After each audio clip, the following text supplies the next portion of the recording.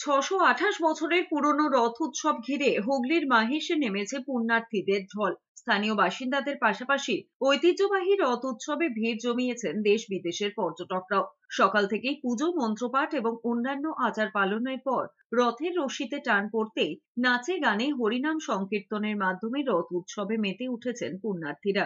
রথযাত্রা উপলক্ষে মাহেশে শুরু হয়েছে ঐতিহ্যবাহী মেলাও। শতাব্দী প্রাচীন এই রথযাত্রা উৎসবে প্রতি বছর ভিড় করেন অগণিত ভক্তরা।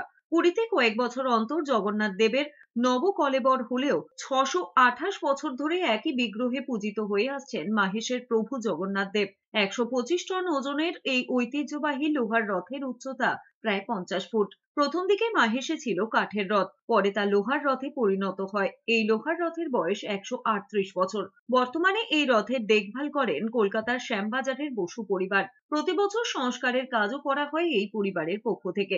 জানা গিয়েছে, প্রতি বছরই মাহেশের রথের সংস্কার হয়। মাহেশের রথ উৎসব উপলক্ষে নিরাপত্তাতেও জোর দিয়েছে পুলিশ। চন্দননগর কমিশনারেট সূত্রে খবর, Chandannagar police commissioner Amit P Javalgi নিজে মাহেশে উপস্থিত ছিলেন।